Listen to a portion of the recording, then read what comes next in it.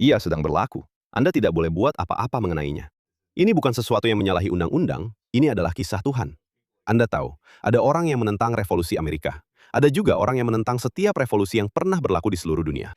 Tetapi hari ini ada satu revolusi sedang berlaku di Israel, dan Israel sedang mengambil semula tanah air mereka.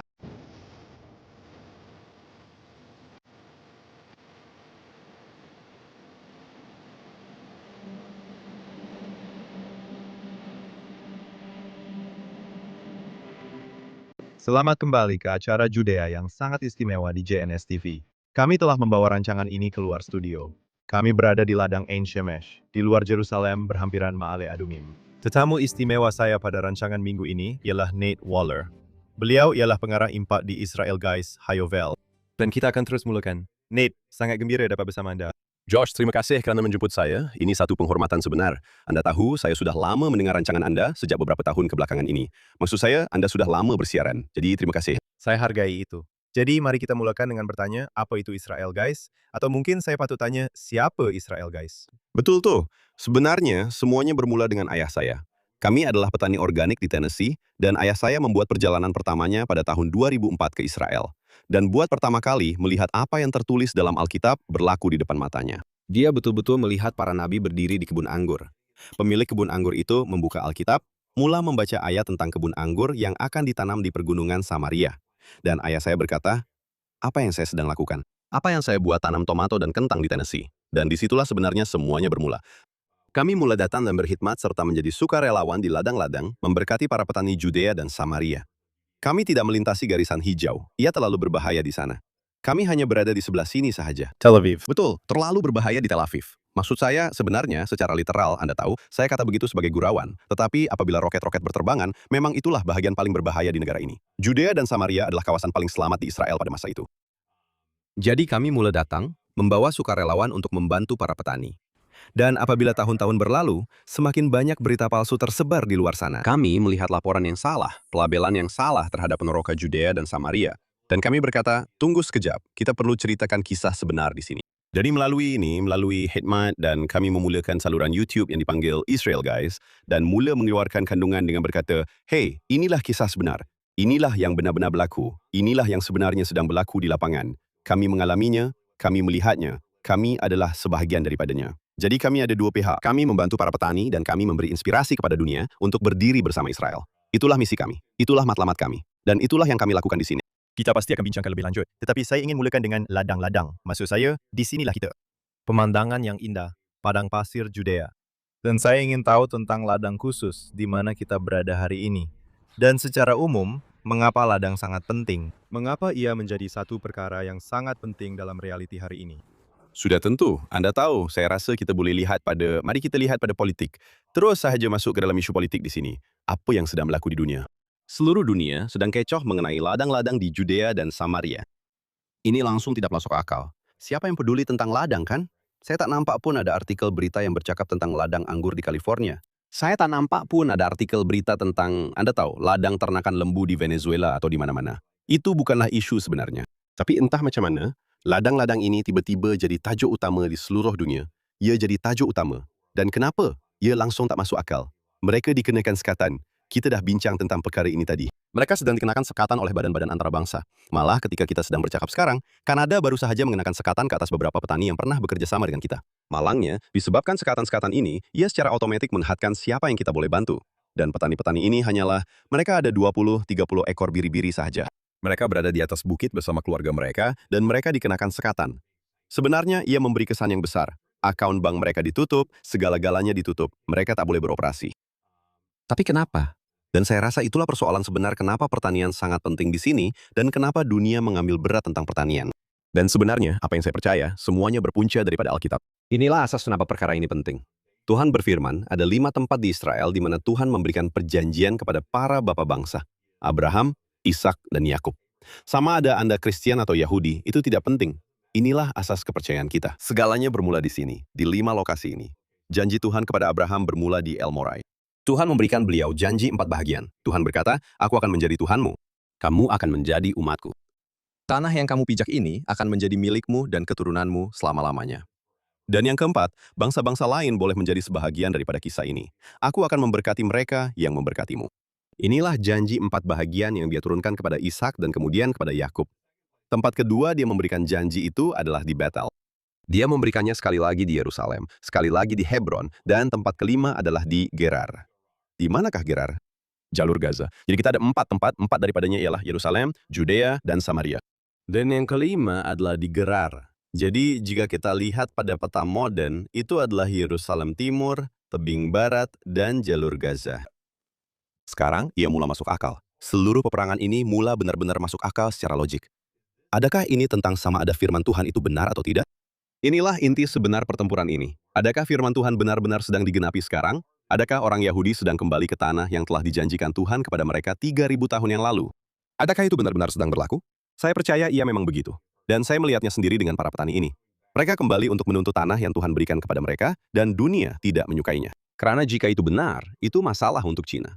Itu masalah untuk Amerika. Itu masalah untuk seluruh dunia, bahwa ada Tuhan, dan dia sedang membawa umatnya pulang. Dan saya percaya itulah peperangan yang sedang berlaku. Sebenarnya, jika kita melihat dari sudut yang lebih luas dan kita perhatikan, kita boleh bercakap tentang ini, itu, dan ini. Jika mereka buat itu dan mereka buat ini. Tetapi saya rasa apa yang paling penting ialah sama ada firman Tuhan itu benar atau tidak. Adakah ini asas kita? Adakah ini sumbernya? Dan saya rasa itulah hakikat mudah mengapa ladang-ladang ini sangat kontroversial dan mengapa ia mendapat begitu banyak perhatian antara bangsa. Saya sangat bersetuju dengan Anda dari segi sebab ideologi, sebab teologi, sebab Alkitabiah, dan sebab sejarah. Saya mahu Anda jelaskan kepada orang ramai, terutamanya yang mungkin tidak biasa dengan apa yang sebenarnya berlaku di ladang-ladang itu dari sudut praktikal.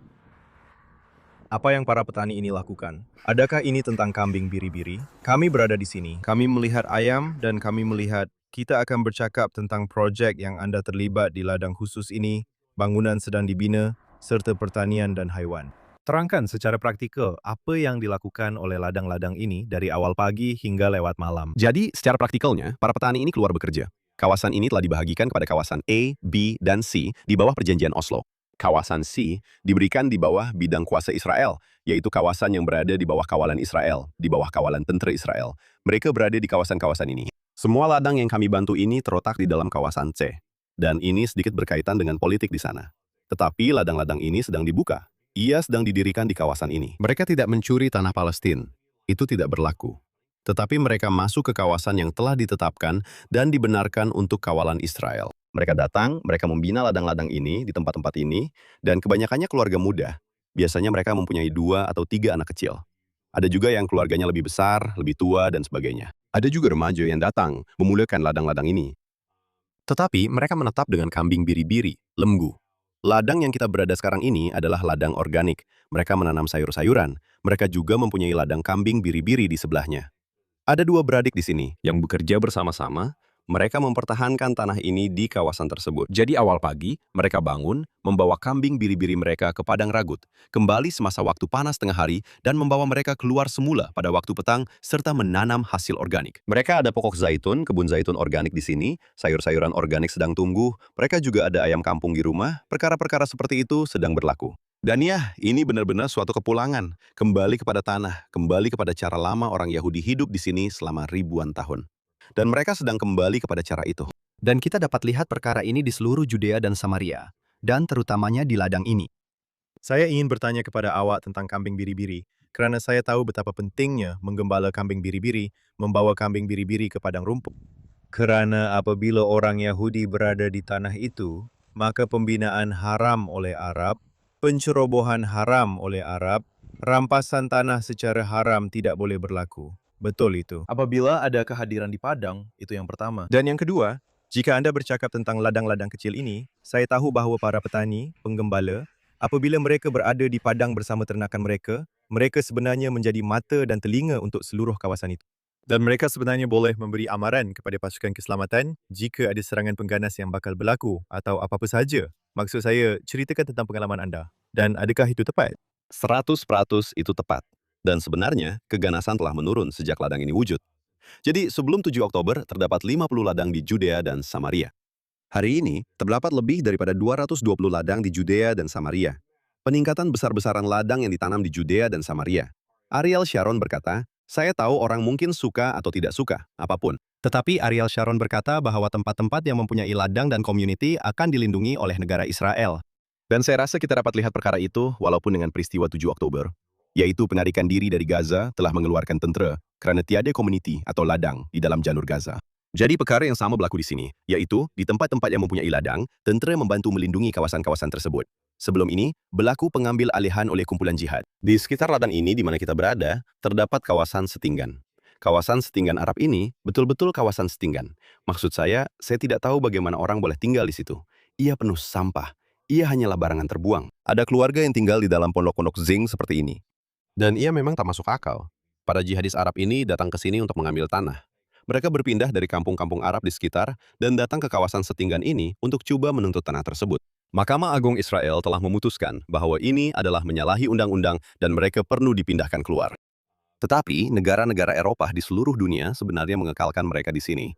Mereka mengancam Israel dengan sekatan dan sebagainya untuk menghalang mereka daripada memusnahkan komuniti-komuniti ini. Jadi, dengan ladang-ladang ini di sini, mereka sebenarnya membuat perubahan karena mereka menguasai tanah itu. Dan dalam budaya Timur Tengah, saya rasa ramai orang Barat tidak faham perkara ini karena negara kita agak bertamadun dan merupakan negara dunia pertama. Dan Israel adalah negara dunia pertama. Tetapi kampung Arab, jika Anda memandu masuk, Anda akan rasa seperti Anda masuk ke negara dunia ketiga. Setiap kali saya masuk ke kampung Arab, saya tertanya-tanya, di mana saya berada? Apa yang sedang berlaku di sini? Tetapi apa yang mereka faham ialah, siapa yang menggunakan tanah itu adalah pemiliknya. Siapa yang mengusahakan tanah itu, dialah yang berada di situ. Jadi, dengan adanya ladang-ladang ini, dengan adanya mata dan telinga di lapangan yang memantau kawasan, kadar keganasan telah menurun dengan ketara. Keganasan telah menurun di Judea dan Samaria. Maksud saya tak pasti bila kali terakhir ia serendah ini dalam sejarah. Jadi, para petani ini sedang mengubah keadaan di lapangan. Sekarang, satu cerita ringkas. Kami sedang membantu membina sebuah ladang di zon penampan di antara Jordan dan Israel. Jadi kami betul-betul sedang memasang pagar di sepanjang sungai Jordan. Lelaki ini mempunyai 14 km tanah di sepanjang sungai Jordan yang dia gunakan untuk menternak lembu. Dan mereka meletakkan para petani di sana, seperti yang Anda katakan, untuk memantau kawasan itu. Dia menunjukkan kepada saya di sepanjang 14 km ini terdapat 27 tempat di mana jentolak Jordan telah menolak tanah ke dalam sungai Jordan. Jadi dia pergi kepada tentara dan berkata, "Hei, apa yang sedang berlaku? 27 tempat dalam 14 km." Jordan baru sahaja membina pagar baru di sepanjang sisi sempadan mereka. Dan dia bicara berkata, "Apa yang sedang berlaku di sini? Kenapa apa cerita dengan tempat-tempat ini yang jelas merupakan kesan jentolak menolak tanah ke dalam sungai Jordan?" Dan tentara berkata, itu adalah satu kemalangan. Dia berkata, tunggu sekejap, ini bukan satu kemalangan. 27 kali dalam 14 km, di mana nampaknya mereka coba membuat lintasan darat. Ini jauh lebih daripada itu, dan itulah yang dilakukan ladang-ladang ini. Buat ialah mereka letakkan orang-orang Di lapangan. yang bertani di kawasan-kawasan ini. Mereka bertani, tetapi mereka juga menjadi mata dan telinga. Dan mereka berada di sana setiap hari, dan mereka melihat perubahan. Mereka perasan perubahan. Mereka perasan perkara-perkara yang sedang berubah. Dan dengan izin Allah, dengan bantuan Tuhan, mereka akan dapat menghalang kejadian seperti 7 Oktober daripada berlaku. Karena itulah sebenarnya tujuan persediaan itu, yaitu 27 lintasan dan sebuah kubu. Ini hanyalah 14 km daripadanya. Saya tidak tahu bagaimana rupa bahagian sungai yang lain, tetapi jika mereka ada 27 lintasan dalam 14 km itu, berapa banyak lagi di sepanjang sungai yang lain? Dan bagaimana rupa lintasan yang datang dari Jordan itu? Seperti itulah sempadan terpanjang Israel, dan sebenarnya sempadan Israel yang paling tidak selamat di seluruh kawasan itu. Jadi, petani yang berdiri di situ dan melihat perkara itu membolehkan mereka bertindak balas dan bersedia untuk situasi seperti itu. Bagaimana Anda memberi respon, sama ada dalam kapasiti Anda sebagai petani, atau sebagai salah seorang daripada The Israel Guys, kepada mereka yang mendakwa bahawa Israel sedang menduduki kawasan ini secara haram? Percaya atau tidak, sebenarnya malangnya ada juga beberapa orang Israel yang berasa begitu. Dan sudah tentu, kesatuan Eropa yang turut menyumbang dengan membina secara haram di kawasan itu, Anda boleh lihat dan juga di tempat-tempat lain. Bagaimana Anda memberi respon kepada mereka yang mengatakan ini adalah satu pendudukan haram? Ya, Anda tahu, saya rasa ini menarik, karena Tel Aviv juga pernah dilabel sebagai penempatan haram pada tahun 1909 ketika ia diasaskan. Hari ini, kebanyakan orang akan ketawa dengan kenyataan itu. Tetapi, pada tahun 1909, itulah keadaannya apabila British, atau sebelum British masuk dan mengambil alih, bahwa ini adalah satu penempatan haram. Akhbar British mengatakan penempatan haram Tel Aviv telah diasaskan. Hari ini, itulah pusatnya, Yerusalem dan Tel Aviv. Mereka seolah-olah bersaing untuk menjadi pusat kehidupan Yahudi di Israel hari ini. Saya percaya kita sedang melihat perkara yang sama. Dan saya rasa ia sebenarnya kembali kepada kepercayaan. Saya percaya kepada Alkitab dan saya percaya kepada firman Tuhan. Dan disinilah Tuhan berkata, inilah tanahnya. Sekarang, kita boleh bercakap tentang politik. Kita boleh bercakap tentang mengapa Israel mempunyai hak atau tidak mempunyai hak, dan semua perkara seperti ini. Saya rasa ada hujah yang sangat baik mengapa Israel mempunyai hak untuk berada di sini, dan itu bukan pendudukan haram. Tetapi saya rasa, apa yang paling penting ialah kepercayaan saya, inilah Alkitab dan Tuhan yang berkata demikian. Jadi pada akhirnya, itulah kesimpulannya. Maaf, tiada lagi, Anda tahu, ini adalah penamatnya. Inilah keputusannya. Sebab kalau saya masuk ke dalam bidang politik, baiklah, apa yang berlaku jika PBB meluluskan undang-undang yang mengatakan ia sebenarnya tidak sah? Sekarang ini, ia masih diperdebatkan. Ia samar-samar. Ia mungkin ya, mungkin tidak. Anda tahu, Anda boleh pergi ke satu pihak, Anda boleh pergi ke pihak lain, Anda tahu. Apapun tentang resolusi 242, Anda tahu. Semua undang-undang yang berbeza yang telah diluluskan di PBB. Ia samar-samar. Ia boleh pergi ke satu arah atau arah yang lain. Tetapi akhirnya, saya percaya hal ini kembali kepada firman Tuhan. Dan saya percaya itulah yang kita sedang lihat di Judea dan Samaria. Kita sedang lihat di Israel sekarang. Sejak 7 Oktober telah berlaku kebangkitan besar dan orang ramai mula kembali kepada keimanan dan memahami, inilah firman Tuhan. Inilah arah tuju kita. Inilah tanah kita. Dan saya percaya kita sedang melihat satu kaum yang kembali, satu penaklukan, satu kepulangan ke tanah untuk memerintah dan berkuasa di tanah Israel. Malah, saya rasa kita juga sedang melihatnya di pihak satu lagi. Orang Arab juga menyadarinya. Orang Arab sedang pergi beramai-ramai. Orang Arab sedang meninggalkan. Dan mereka berkata, baiklah, kami menyerah, kami serahkan kepada mereka. Apa yang sedang berlaku di Bukit Bait Suci? Orang Arab sudah tidak lagi naik ke sana seperti dahulu. Saya baru saja melihat satu laporan beberapa minggu lepas. Dan perkara yang sama sedang berlaku di seluruh Judea dan Samaria.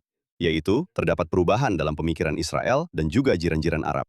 Terdapat banyak kawasan setinggan dan tempat-tempat di mana mereka coba masuk dan mengambil alih. Tetapi kini mereka telah mengemas barang dan pergi, mereka sudah tiada di situ lagi. Jadi saya rasa kita sedang melihat perkara ini berlaku. Kita sedang melihat perkara ini di kedua-dua belah pihak dalam spektrum itu. Jadi, jawaban saya kepada mereka ialah, ia sedang berlaku. Anda tidak boleh berbuat apa-apa menengahnya. Ini tidak menyalahi undang-undang. Ini adalah kisah Tuhan dan ia sedang berlaku. Anda tahu, ada orang yang menentang revolusi Amerika. Ada orang yang menentang setiap revolusi yang pernah berlaku di seluruh dunia.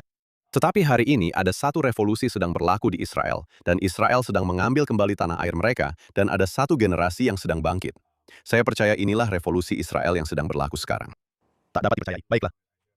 Tapi biar saya tanya Anda, walaupun dengan semua optimisme ini, jika Anda terus ikut jalan ini dari tempat kita berada sekarang, Anda masih akan melihat setinggan haram yang sudah tentu disokong dan dibiayai oleh kesatuan Eropa.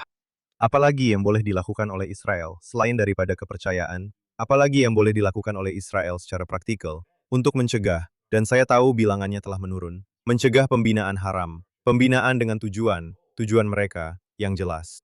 Banyak negara menerima pakai perkara ini untuk menubuhkan apa yang dipanggil negara Palestina. Itulah matlamat akhir mereka. Itulah sebabnya mereka mengambil alih semua kawasan strategik ini antara sini dan Laut Mati dan di banyak tempat lain. Bukit Hebron Selatan, Shomron, Samaria. Apa yang sepatutnya Israel lakukan secara praktikal untuk mencegah aktiviti seperti ini? Betul, dan saya rasa apa yang kita lihat sejak 7 Oktober sebenarnya telah melakukan perkara itu. Maksud saya telah melihat perubahan besar dalam dasar Israel sejak 7 Oktober dari segi politik mereka. Maksud saya, semua ladang ini sebelum 7 Oktober, tiada satupun ladang ini dibenarkan dibuka di kawasan-kawasan tersebut. Perkara seperti ini tidak berlaku. Terdapat perubahan, walaupun ia sepenuhnya sah di sisi undang-undang. Tiada apa yang menyalahi undang-undang tentang membuka ladang menurut perjanjian Oslo. Saya sudah membacanya. Seperti menurut perjanjian Oslo, ia menyatakan bahwa Israel mempunyai hak dan IDF mempunyai hak untuk menetap di kawasan C, lebih kurang. Itu adalah kata-katanya. Seperti Israel mempunyai hak untuk menentukan apa yang berlaku di kawasan C. Jadi semua kawasan ini ditubuhkan secara sah sepenuhnya. Dan saya rasa inilah barisan hadapan. Dan saya juga percaya apabila Anda mempunyai sebuah negara yang kuat, orang ramai akan berkumpul ke situ. Orang akan bersatu dengan negara yang kuat. Kenapa perjanjian Abraham? Kenapa ia ditandatangani? Karena negara-negara di sekitar Israel melihat Israel sebagai satu kekuatan. Mereka melihat Israel sebagai sebuah empire yang sedang bangkit. Dan saya rasa kekuatan itu sebenarnya membuat negara-negara lain mahu menjadi sebahagian daripadanya. Karena Anda mahu menjadi sebahagian daripadanya, Anda tahu, ya seperti sekarang, berapa ramai orang yang mahu menyertai Amerika. Seperti, berapa ramai orang yang mahu, Anda tahu, mempunyai sebarang bentuk pakatan dengan Amerika. Ramai, karena mereka adalah kuasa besar itu. Dan saya rasa Israel sedang menjadi kuasa besar di Timur Tengah dan negara-negara sekitarnya. Semakin Israel menjadi kuat, semakin Israel benar-benar berdiri teguh dengan keberanian dan menentang golongan jihadis yang coba mengambil alih, maka negara-negara sekeliling akan menyokongnya. Mereka akan mahu menjadi sebahagian daripadanya. Negara-negara Eropa juga akan mahu menjadi sebahagian daripadanya. Amerika, di seluruh dunia, mereka akan mahu menjadi sebahagian daripadanya.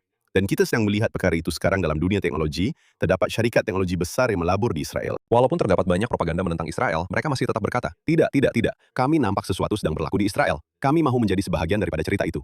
Jadi, kita sedang melihat perkara itu di satu pihak. Di pihak yang lain, kita melihat semua propaganda yang disebarkan mengatakan Israel adalah sebuah negara yang kejam dan gila. Tetapi orang yang benar-benar memberi perhatian, mereka tahu perbezaannya, dan mereka boleh melihat perbezaannya. Dan saya rasa itulah arah tuju kita. Dan saya rasa Israel perlu menjadi lebih berani. Ia akan menjadi menarik untuk melihat apa yang akan berlaku dalam pilihan raya yang akan datang di sini, di Israel, untuk melihat Anda tahu bagaimana perkara ini akan mempengaruhi keputusan itu. Tetapi saya rasa akhirnya itulah cara untuk melawannya, yaitu dengan bertegas dan berkata, tidak, inilah siapa kita, dan inilah negara kita. Anda tahu, Amerika tidak menjadi Amerika dengan menyerah kepada Perancis, atau kepada penduduk asal Amerika, atau kepada Inggris, atau kepada sesiapa sahaja yang ada di sana. Mereka tidak melakukannya. Bagaimana mereka menjadi kuasa besar? Mereka berkata, tidak, ini negara kami, inilah siapa kami. Dan mereka berjuang untuk itu. Dan saya rasa itulah yang Israel perlu lakukan. Israel perlu berjuang untuk siapa mereka. Mereka perlu berjuang untuk identiti mereka. Mereka perlu berjuang untuk tempat mereka di dunia. Dan saya rasa melalui itu, mereka akan menjadi kuasa besar di Timur Tengah. Sudah tentu. Iya, saya memang ingin tukar topik di sini. Saya sangat terkesan dengan kerja yang Anda lakukan hari ini di ladang ini, terutamanya dengan pembinaan yang sedang dijalankan. Saya ingin bercakap tentang proyek-proyek Anda, beberapa perkara yang sedang berlaku hari ini di Yudea dan Samaria. Anda tinggal di Har Bracha, tetapi Anda bergerak ke merata tempat, mengambil bahagian dalam pelbagai usaha penting di seluruh Yudea dan Samaria. Ceritakan tentang beberapa perkara yang Anda sedang usahakan sekarang. Ya, sudah tentu. Jadi kami ada satu kumpulan di sini, Zion Ops, sebuah program yang sangat intensif. Orang-orang muda, lelaki-lelaki muda, umur 18 hingga 30 tahun, datang selama sebulan, dan kami lakukan proyek-proyek yang sangat mencabar. Kami bekerja dari subuh hingga senja. Kami pergi ke ladang, tidur di atas tanah di ladang-ladang, dan kami lakukan apa sahaja yang diperlukan. Anda tahu, satu ladang mungkin kerja-kerja pagar. Sekarang kami banyak buat kerja pagar.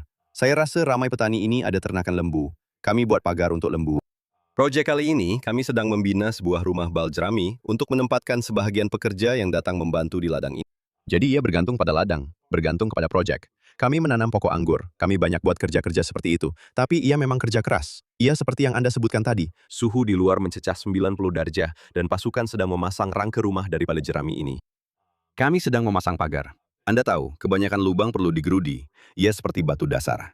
Kami datang, kami gerudi lubang ke dalam batu dasar, kemudian memasang pagar di kawasan itu.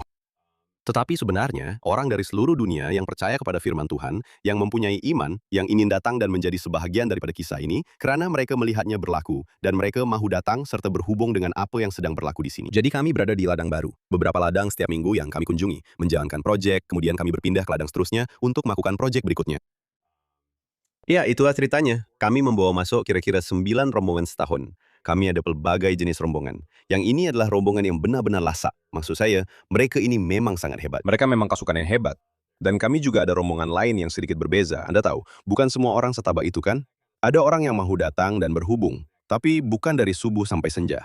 Jadi memang ada juga rombongan lain di mana orang datang untuk berhubung juga. Dan saya percaya itu sebenarnya berkaitan dengan soalan awak sebentar tadi. Saya percaya itu perkara kedua bagi kami daripada bangsa-bangsa lain tentang cara mengubah naratif. Orang ramai perlu datang dan berdiri di sini. Mereka perlu datang dan melihatnya sendiri. Mereka perlu menjadi sebahagian daripadanya. Dan ada sesuatu yang menghubungkan apabila Anda berdiri di sini, apabila Anda melihatnya sendiri, dan apabila Anda menjadi sebahagian daripadanya. Jadi itulah salah satu matlamat kami, yaitu untuk membawa, dan kami membawa 3 hingga 500 sukarelawan setiap tahun untuk datang dan berhubung dengan apa yang sedang berlaku di sini. Jadi itulah misi kami, yaitu untuk menghubungkan. Kami ada lawatan, kami ada pelbagai jenis gabungan.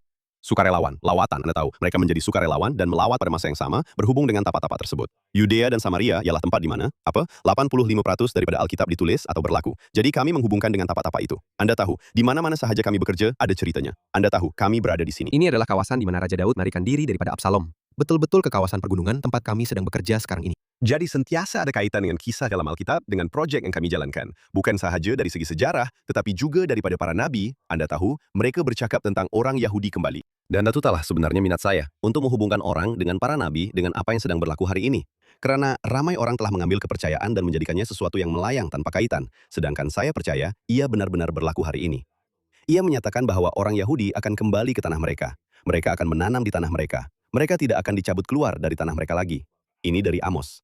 Ia bercakap tentang kebun anggur kembali ke gunung-gunung. Ia juga bercakap tentang ternakan kembali ke gunung-gunung. Jadi itulah minat saya. untuk menghubungkan orang dengan realiti itu di lapangan, supaya dapat menguatkan kepercayaan mereka, dan supaya mereka boleh berkata, wah, Alkitab itu benar. Ia bukan sekedar sesuatu yang saya percayai karena Anda tahu apa-apa sahaja. Ia membuat saya rasa baik. Tidak, ia sebenarnya benar. Ia benar-benar satu hubungan nyata di mana Anda menghubungkan Alkitab dengan apa yang sedang berlaku secara fisikal hari ini. Saya ingin kekal pada topik itu. Anda ada golongan yang dikatakan woke right, golongan kanan palsu, Tucker Carlson dan sebagainya, yang benar-benar coba memecah belahkan antara orang Kristen dan Yahudi di negara ini. Dan saya ingin bercakap tentang realiti dan hubungan antara orang Kristen dan Yahudi. Anda tahu, mereka seperti Tucker Carlson dan seumpamanya, akan mengatakan bahwa orang Kristen di negara ini ialah golongan minoriti yang dianiaya. Jadi, apakah realitinya? Bagaimana hubungan antara orang Yahudi dan Kristen di Israel pada masa kini? Anda tahu, saya rasa telah berlaku perubahan besar dalam tempo 30 tahun yang lalu. 30 tahun lalu, kita ada Protestan dan Kristen, ya, 30 tahun lalu, Baptis dan Metodis. Saya tak pasti sejauh mana Anda tahu tentang agama Kristen, tapi Anda tahu ada pelbagai mazhab. Baptis dan Metodis tidak bertegur sapa antara satu sama lain. Mungkin 20 tahun lalu, Kristen atau Protestan dan Metodis juga tidak bertegur sapa. Seolah-olah ada jurang di antara mereka. Sekarang, dengan zaman media sosial dan semua perkara ini, garis pemisah itu semakin kabur. Sudah tiada lagi mazhab-mazhab. Secara umumnya, tiada lagi perbezaan yang benar-benar jelas. Bagi kebanyakan orang Kristen di seluruh dunia, Kristen tetap Kristen. Dan saya rasa perkara ini memang sudah berakar umbi. Kebanyakan orang Kristen sendiri tidak tahu apa yang mereka percayai sejak awal lagi. Dan inilah dia, kurang membaca Alkitab, kurang berhubung dengan firman Tuhan. Jadi kalau Anda Kristen, apa-apa sahajalah. Kebanyakan orang tidak sadar bahwa bahkan orang Kristen Arab yang ditemu bual oleh Tucker di Bethlehem, mereka terlibat dalam pembunuhan beramai-ramai pada tahun 1948 terhadap penempatan Yahudi di Gush Etzion dalam perjuangan untuk penubuhan negara Israel. Penduduk di penempatan Yahudi di Gush Etzion itu telah dibunuh beramai-ramai. Ia berlaku pada 7 Oktober 1948 di Gush Etzion. Dan orang Kristen itu, dengan ideologi yang sama seperti yang dia wawancara, adalah sebahagian daripada pembunuhan beramai-ramai itu. Namun begitu, mereka ini masih mempunyai pengaruh. Dan dunia pula mendengar kata-kata mereka seolah-olah mereka adalah pihak berkuasa mengenai Israel dan apa yang sedang berlaku. Namun mereka mempunyai ideologi yang sama seperti Hamas yang datang dari Gaza, dan telah berlaku banyak serangan pengganas yang dilakukan oleh Tehran. Lelaki itu, dia seorang Kristen dari Samaria yang datang ke sini. Dia, Anda tahu, dan jadi mereka ini mempunyai ideologi seperti itu. Ia adalah jenis ideologi yang sama seperti orang Islam. Selalunya kita menyalahkan orang Islam. Tetapi sepanjang sejarah, kita juga ada Kristen yang telah membunuh orang Yahudi. Maksud saya, ini adalah realiti yang memang telah berlaku. Maksud saya, perang salib, inkuisisi, Anda tahu, Anda boleh senaraikan mana-mana zaman dalam sejarah yang Anda mahu, tetapi perkara ini memang telah berlaku. Dan mereka ini mengikuti jejak yang sama. Sekarang, apa yang sedang berlaku hari ini? Saya percaya ada perbezaan antara kedua-duanya. Dan ia tidak ada kaitan dengan Katolik atau Protestan. Garis pemisah ini sudah tidak relevan lagi. Apa yang relevan ialah mereka yang percaya bahwa firman Tuhan itu benar, fisikal, dan boleh disentuh. Dan mereka yang percaya semuanya bersifat rohani. Dan itulah perbezaan antara kedua-duanya. Dan mereka ini cuba masuk dan membuat hujah. Israel bukan lagi Israel. Israel sudah tiada. Israel sudah tamat. Dan kini kamilah umat pilihan. Itulah keseluruhan idea teologi penggantian. Apa yang saya ingin hujahkan ialah tidak. Dan inilah sebabnya saya begitu bersemangat untuk menghubungkan orang dengan nubuat-nubuat fisikal yang sedang diperkatakan. Karena ia menyatakan bahwa firman Tuhan masih benar dan masih berlaku hari ini karena saya boleh melihatnya. Saya boleh menyentuhnya. Saya boleh merasainya. Saya boleh menjadi sebahagian daripadanya. Apabila ia membicarakan tentang hari itu, kami baru sahaja menjalankan satu proyek di sini, di Lembah Echor. Dan Yesaya secara literal berkata bahwa lembu-lembu akan, sekali lagi, lembu-lembu akan kembali ke Lembah Achor. Ia hanya di seberang bukit di sini. Sudah tentu. Seperti saya sedang berdiri di sana melihat lembu-lembu di Lembah Akor, dan saya sedang membina pagar, dan saya rasa jelas sekali firman Tuhan itu benar. Ia nyata secara fisikal. Jelas sekali ada unsur rohani dalam hal ini, tetapi ia benar-benar berlaku secara fisikal di lapangan. Dan saya rasa itulah perbezaannya, dan inilah yang kita sedang lihat. Perang ini sekarang adalah tentang sama ada Alkitab itu benar atau tidak. Kembali kepada perkara asas itu. Adakah ia satu realiti fisikal?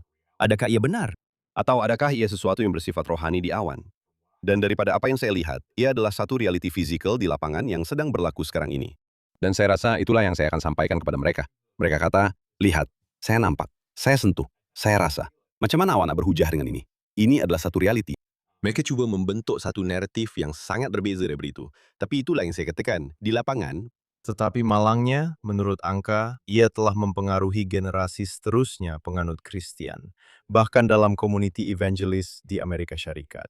Dan saya tahu ramai orang bimbang tentang masa depan yang menerima naratif daripada Tucker Carlson, Candace Owens, dan yang lain-lain itu. Dan saya sendiri sangat bimbang tentang perkara ini. Saya melihat salah satu masalah terbesar dalam semua ini ialah kita telah kehilangan pendidikan dalam komuniti Kristen, sehingga semuanya menjadi kabur. Dan sebaik saja sesuatu menjadi tidak pasti, jika seseorang menjadi tidak pasti tentang sesuatu, dan ia menjadi bermusuhan walaupun sedikit, maka orang akan menarik diri daripada perbualan itu.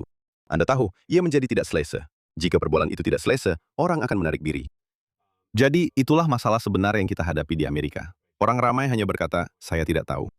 Jadi mereka mengelak daripada soalan itu. Mungkin sebagian daripada perkara ini benar, mungkin betul. Dan saya rasa itu adalah isu sebenar. Bagaimana untuk menanganinya? Saya rasa pada masa hadapan kita akan melihat satu zaman di mana keaslian menjadi keutamaan. Karena sekarang kita berada dalam era AI. Kita berada dalam era bot. Kita berada dalam era entah apa-apa lagi. Adakah Tucker Carlson benar-benar mempunyai 12 juta pengikut? Mungkin, mungkin tidak. Adakah dia sebenarnya seberpengaruh seperti yang kita sangka? Mungkin, mungkin tidak. Kita sebenarnya tidak tahu. Adakah sesiapa yang mengatakan perkara itu atau tidak? Awak tahu, disebabkan oleh AI. Dan video-video ini, serta semua perkara yang muncul dan segala maklumat ini, saya rasa salah satu perkara yang akan kita hadapi tidak lama lagi, ialah orang ramai akan mahukan keaslian, interaksi secara bersemuka, dan hubungan dengan orang sebenar. Dan saya percaya bahwa itulah masa depan komunikasi. Ia akan beralih daripada internet. Ini adalah ramalan saya. Inilah yang saya rasa akan berlaku pada masa akan datang. Dan saya rasa cara untuk melawannya ialah kita perlu berjumpa secara bersemuka dan berhubung secara langsung dengan orang. Karena akhirnya, orang akan mulai sadar mereka tidak boleh mempercayainya. Mereka tidak boleh mempercayai internet. Mereka tidak boleh mempercayai apa yang ada di luar sana karena ia terlalu terbuka dan tiada cara untuk mengesahkan apa yang benar dan apa yang tidak benar. Anda tahu, dan dari apa yang saya dengar, saya tidak begitu terlibat dalam dunia teknologi. Tetapi dari apa yang saya paham, perkara bot ini memang gila. Ia mempengaruhi budaya. Ia mempengaruhi segalanya. Saya berbual dengan seorang profesional tentang perkara ini baru-baru ini, yang menceritakan ketika Iran menjadi gelap selama 11 hari pada awal perang, sebanyak 40.000 akun Twitter hilang begitu saja dari akun yang sebelum ini mendesak Scotland untuk berpisah atau apa sahaja. Saya rasa ia berkaitan dengan Scotland untuk berpisah atau England, apa-apapun, untuk keluar dari EU. Tetapi mereka bercakap tentang bagaimana semua ini, bahwa mereka dari Iran secara khusus menyasarkan isu tertentu di England. Seperti, jadi mereka mempengaruhi dasar dari negara-negara Arab ini, dari Rusia, dari Cina, dari mana-mana sahaja. Mereka mempengaruhinya melalui bot-bot ini dan seluruh sistem ini. Jadi, itu memang menakutkan di satu pihak. Di pihak lain, saya rasa akhirnya orang ramai akan mulai sadar tentang perkara ini dan mulai berkata, tunggu sekejap, ini mungkin tidak benar. Sekarang, itu tidak menghilangkan persoalan. Apa yang perlu ada ialah kita perlu berada di sana untuk menjawab soalan-soalan itu apabila orang ramai mulai menyadarinya. Dan saya rasa itulah arah tuju kita. Kita perlu menjadi sumber yang boleh dipercayai, yang boleh berkata, tidak, inilah kebenarannya, dan inilah jalan yang sepatutnya diambil. Saya rasa kita sedang melihat satu naratif, malah dengan saluran kita sendiri, ia lebih tertumpu kepada generasi yang lebih tua. Dan saya nampak mereka coba mempengaruhi generasi muda dengan naratif itu. Saya rasa Amerika dan saya rasa dunia barat sedang menuju ke arah masa-masa sukar yang akan datang. Bagaimana pula keadaannya untuk Israel? Saya tak tahu, tapi saya memang rasa akan ada, Anda tahu, ia seperti lingkaran. Ia berulang dalam lingkaran.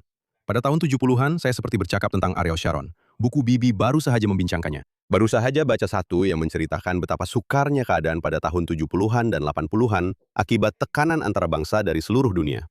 Tapi saya rasa ia berulang dalam satu lingkaran. Persoalannya ialah sejauh mana lingkaran itu akan pergi sebelum ia kembali semula. Anda tahu, di mana kita akan berakhir sebelum keadaan mula menjadi lebih baik semula. Dan saya rasa itu tugas kita untuk berada di situ dan untuk terus mendorong serta coba untuk tidak membiarkannya pergi terlalu jauh. Anda tahu, untuk membawanya kembali. Kita hampir kehabisan masa. Nate, saya benar-benar menghargai masa Anda. Betul-betul berhenti seketika daripada proyek yang sedang Anda usahakan sekarang, membina sebuah rumah di ladang ini. Tapi saya ingin memberikan Anda peluang untuk bercakap secara terbuka. Apakah message Anda? Apakah message yang Anda mahu sesiapa yang menonton ini sekarang ambil daripada Anda? Anda tahu, saya rasa message saya ialah, saya sudah kongsikan sedikit sebelum ini, tetapi sebenarnya Israel adalah sebuah empire yang sedang bangkit di dunia. Bukan saja di Timur Tengah, tetapi di seluruh dunia. Saya rasa sekarang tentara mereka berada di kedudukan kelima terkuat di dunia. Ia juga salah satu negara paling bahagia di dunia. Terdapat begitu banyak perkara yang sedang berlaku di Israel, sehingga saya dapat melihat ia sedang berkembang. Ini adalah sesuatu yang mempunyai momentum dan ia akan terus berkembang. Jadi, jika Anda mahu berada di pihak yang menang, jika Anda mahu berhubung dengan apa yang Tuhan lakukan di dunia, kita sudah tahu penghujung ceritanya. Kita tahu bahwa Israel akan menang. Mungkin akan ada masa-masa sukar di hadapan, tetapi sejujurnya, saya rasa jika melihat kepada para nabi, mereka yang tidak menyertai akan menghadapi masalah. Jadi, sertailah pasukan yang menang. Beradalah di pihak yang benar dalam sejarah dan bersamalah dengan Israel dalam apa jua cara yang Anda mampu. Sertailah bangsa Yahudi. Datanglah, berkhidmat, memberkati, dan memperkuat komuniti Yahudi di kawasan Anda, di mana saja ia berada. Jadi ya, itulah cabaran saya kepada dunia, kepada semua yang menonton. Jika Anda seorang Yahudi, pulanglah ke tanah air. Kembalilah ke tanah Israel. Saya tidak tahu apa yang Anda lakukan di luar tanah Israel, tetapi saya percaya sudah tiba masanya untuk kembali, seolah-olah menetap semula. Dan saya percaya itulah yang akan menyatakan firman Tuhan kepada dunia apabila orang Yahudi kembali ke tanah mereka. Itu satu message yang hebat. Dan kita akan tamatkan dengan itu. Terima kasih banyak, Naor. Terima kasih banyak atas masa Anda. Terima kasih atas segala kerja suci yang Anda lakukan di sini, membangunkan tanah Israel dan segala sumbangan Anda untuk masa depan negara Israel dan bangsa Yahudi. Terima kasih banyak. Wah, terima kasih Josh. Terima kasih karena menjemput saya ke rancangan ini. Ini adalah edisi yang sangat-sangat istimewa bagi Judication. Minggu ini, kami membawa rancangan ini keluar studio. Terima kasih banyak kerana bersama kami. Ucapan khas yang sangat istimewa kepada Tamir Platzman.